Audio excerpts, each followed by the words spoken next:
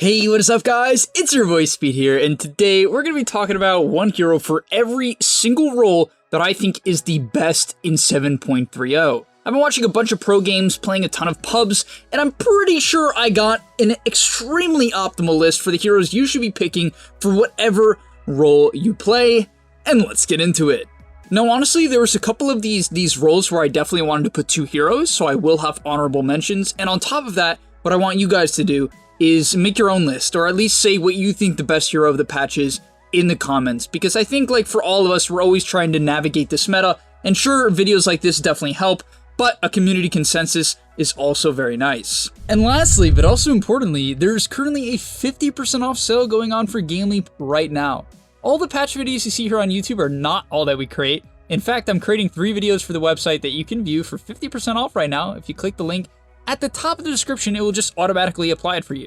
The 3 videos I'm making are a Thompson Clinks video. I'm going to go into depth about how he's playing this new hero. Well, at least a new version of the hero. It's not actually a new hero. I'm just going to make a full course on how I think you can play Tinker, the different builds you can go. I kind of cover it in this video, but I want to go more into depth there. And then finally, the new Pudge. It's a different hero with the changes that they've made. I want to talk about how you need to orient yourself in a match to optimize efficiency and abuse the fact that Hook now one-shots creeps, which is, you know, it makes him a lot more like a Mirana, less like a Pudge. And yeah, hope to see you guys there. Click the link, top of the description. It will automatically apply the code SUMMER for you. If it doesn't, the code is SUMMER. But yeah, I'll see you guys there, and let's get into the video. For the safe lane, position 1, starting it off strong, is Slark. I definitely did not expect this, only because I often feel that Slark almost never has the potential to be the best carry in the patch. The hero is not that great of a laner, usually. Not that great of a laner. It doesn't farm that fast, and it scales okay in certain games, right? And so I just didn't feel like Slark had the potential. But then, this patch, what they did was they changed up his talents a lot. He has some pretty good talents now, which we'll talk about. And his Dark Pack only does 30% damage instead of 50% damage. So all of a sudden, this hero is taking significantly less damage from Dark Pack in the laning stage, which is, it's massive. It's particularly massive because in the laning stage, what people do wrong with Slark is they play way too much around Essence Shift early on. The average carry player just tries to build up a ton of Essence Shift, which is not necessarily a bad thing in certain matchups, but in bad matchups or even matchups, most of the time what you want to do is take your Q. Often you might not even take Essence Shift at all, but you take your Q and you spam it for last hits and to trade occasionally. And it's actually really effective right now. It's one of the best ways to play Slark, which is kind of just spamming your Q. And the change to Q has a lot of benefits. The main one is the laning stage, but the second one is the fact that when you're farming the jungle, Slark would often have to wait for his HP to heal back up from camp to camp. Every single time you popped 2 Dark Packs per camp, which is pretty common, you would have to wait, usually like 5 to 6 seconds to heal. But now that's obviously changed considering you take less damage from Dark Pack, so your overall efficiency is simply drastically increased. It's just how it is. On top of that, his Shadow Dance was buffed by 5 seconds at all levels. At level 10, he did lose his Strength talent, which was his better level 10 talent, but it was replaced with 1 second Dark Pack cooldown, which I actually believe is a very solid talent. It lets you farm very quickly, and in mid-game teamfights, the extra second difference absolutely can keep you alive, or just let you do a little bit of extra damage. At level 15, people are just taking the Dark Pack damage, which is quite nice with the Dark Pack cooldown. Once again, it really lets you shove waves and camps very quickly compared to the old Slark, and then you buy your shard later on into the game. And by the way, if you're curious about item builds, I'll probably make a full video on Slark very soon, but what I'll say is I'm a huge fan of just going the diffusal route with a bunch of stats. Coming in at number 2, we have Batrider. Now, I debated putting Batrider as the offlaner, but there's a hero that's just so dominant, in my opinion, as an offlaner or even as a safe laner in this patch, and so I couldn't put Batrider as that, but as a mid laner, I think this hero is absolutely insane. This hero receives massive buffs. So if you aren't familiar with what his buffs were, basically, Sticky Napalm was heavily buffed, and I mean heavily buffed. It went up 1 damage at level 1, up 2 at level 2, 3 at level 3, and 4 at level 4. And this is obviously incredibly good, right?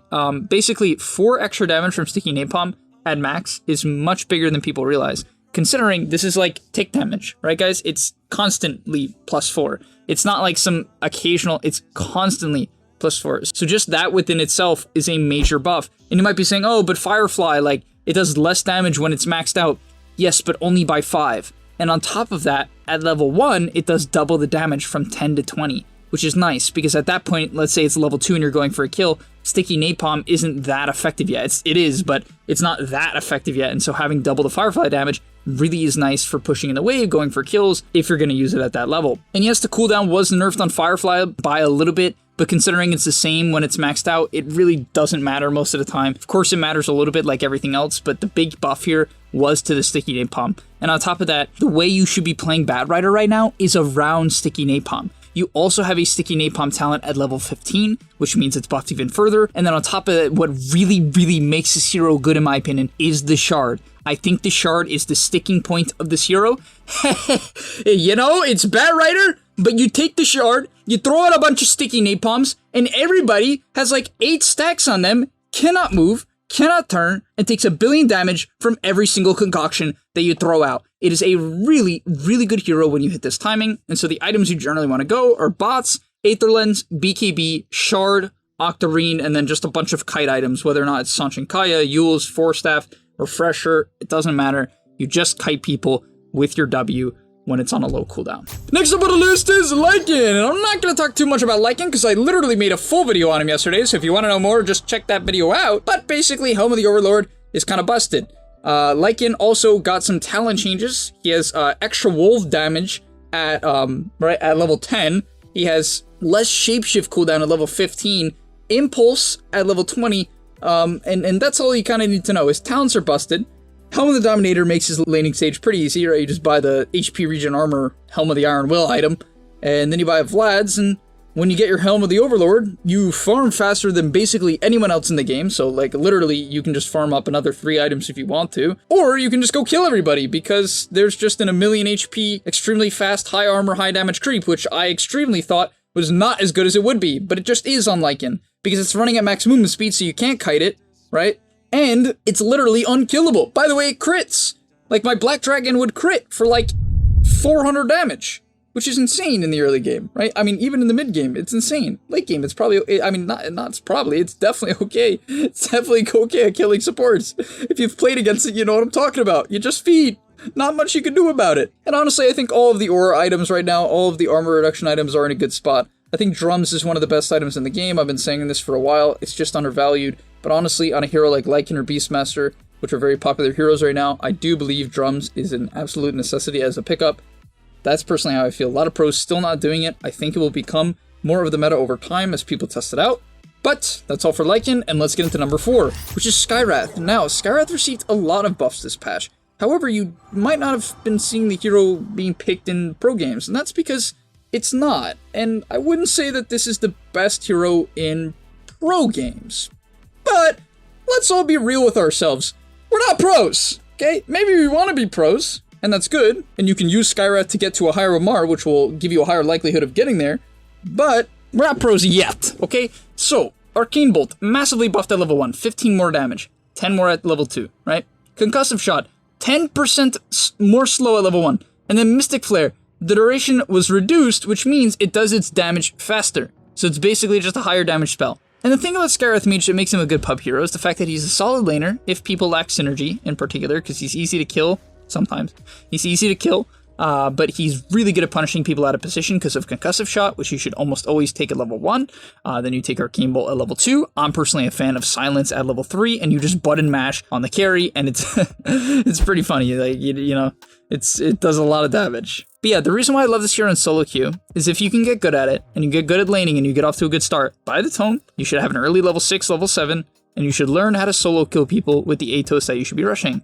On the note of Atos, that item was buffed. If you aren't familiar with how it was buffed, it received 4 extra int. The bonus strength and agi were both increased by 2, which is quite nice. And the projectile speed was increased by 150, which is definitely a lot. It allows you to do your combo slightly faster. You add all of these things together with the Q doing more damage, your ulti doing damage faster, Atos being a little bit buffed, and you can clearly see why Skyrath is simply just a much better hero right now, and definitely a great pup hero, especially if you rush Atos and go for solo kills. And finally, last but not least on the list, is the position 5 role, which is Bane.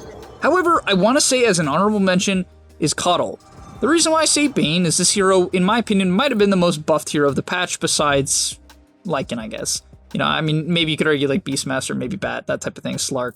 But Bane was massively buffed. Brain Sap was buffed in terms of mana. Nightmare does damage now. Fiend's Grip comes out faster. So this hero received an insane amount of buffs. The only problem with Bane in the current meta is the fact that it's horrible against the Zoo meta. If you don't know what Zoo meta is your units, your Lycans, your Beastmasters. Bane doesn't like that stuff. They get rid of Nightmare, they can cancel Grip, right? Like literally a creep can cancel Grip. Bane despises units. Always has, always probably will. And so that is the only thing I want to say. That's why Coddle, who's literally the antithesis of Bane. I mean, you think of like heroes that are so different. Coddle is just purely like this AoE, you know, like wave clear. Bane is, right, all single target, literally all single target. Coddle is the complete opposite. And so if you happen to have the opportunity of picking one or the other, let's say you have just a carry, you want to secure free farm, and they don't have like a Lycan, right? They have some like, I don't know, or they have some like Pango offlane, right? You can pick Bane, right? Super nice counter to Pango. You lane well against him. He's single target. You can grip his ball, that type of thing. Coddle can't do any of that stuff. So, right, that matchup is much better, and you can secure your carry a good lane. But, you know, if you happen to see Lycan Beastmaster, you're not going to do that well. Like, yes, you could do okay, and you can still beat these heroes, of course. You just have to have teammates that can deal with him. And a lot of the time, that's not the case. At least right now. But nonetheless, thank you guys so much for watching. I hope you enjoyed, and like, I think it's really interesting how this meta has developed. I'm super curious how TI is going to play out. I think there is going to be another small patch somewhere in between now and TI is actually still quite a ways away in October. But nonetheless, thank you guys for watching. I'll see you in the next one. And write down in the comments what you think is the best hero in Dota. And I'm out. Peace! And that's all, but remember, before you leave, come on, before you tune out, subscribe to the gameleap website where we are going to help you get to the next rank. If you're stuck, click the link down below, and I'm out. Peace!